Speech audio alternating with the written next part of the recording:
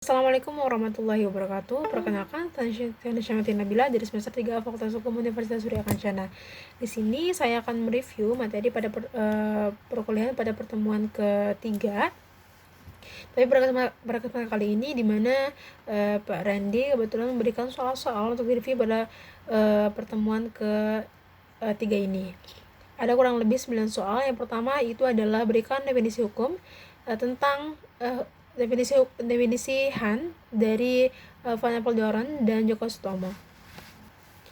Yang pertama menurut Van Apeldoorn, di mana Han adalah keseluruhan aturan yang hendaknya diperhatikan oleh para pendukung kekuasaan penguasa yang diserahi tugas pemerintahan itu.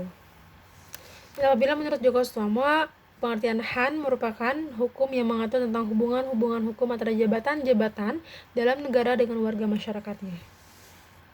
Dan soal yang kedua ialah sebutkan sumber-sumber hukum formal atau hukum formal dari Han. Kurang lebih ada 4 sumber hukum formal dari Han ini. Yang pertama ada peraturan perundang-undangan, yang kedua ada kebiasaan atau praktek tata usaha negara, yang ketiga ada jurisprudensi, dan yang keempat ada doktrin.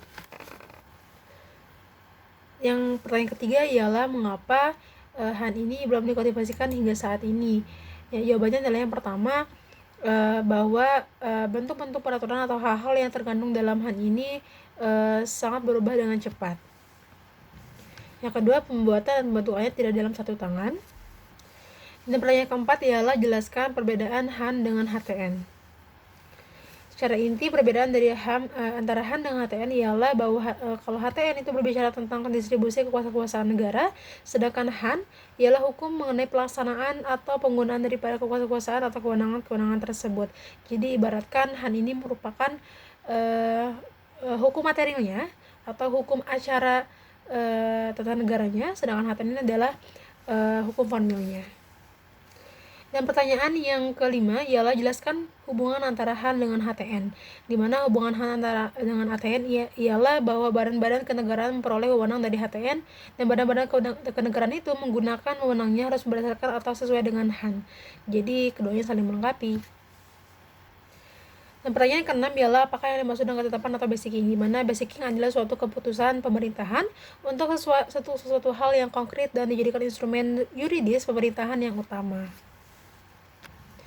Pertanyaan yang selanjutnya yaitu yang ketujuh, di mana pertanyaan adalah sebutkan unsur-unsur ketetapan, di mana kurang lebih ada 5 unsur ketetapan. Yang pertama ada pernyataan kehendak sepihak, yang kedua ada dikeluarkannya oleh organ pemerintahan, yang ketiga disasarkan pada kewenangan hukum yang bersifat publik, yang keempat ditujukan untuk hal khusus atau peristiwa konkret individual.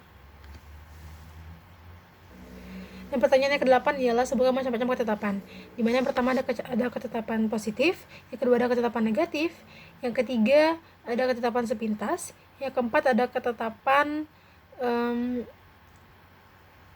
konstitutif, yang kelima ada ketetapan deklarator, dan itu 5 macam-macam ketetapan.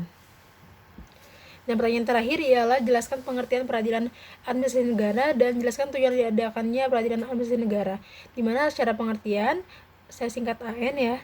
AN adalah sebagai salah satu badan peradilan yang melaksanakan kekuasaan kehakiman, merupakan kekuasaan yang merdeka dan berada di bawah Mahkamah Agung dalam rangka menyelenggarakan peradilan guna menegakkan hukum dan keadilan. Dan selanjutnya itu tujuan diadakannya peradilan AN atau administrasi negara untuk memberikan perlindungan terhadap hak-hak perseorangan dan hak-hak masyarakat, sehingga tercapai keserasian, keseimbangan, dan keselarasan antara kepentingan perseorangan dengan kepentingan publik atau kepentingan para pemegang kekuasaan.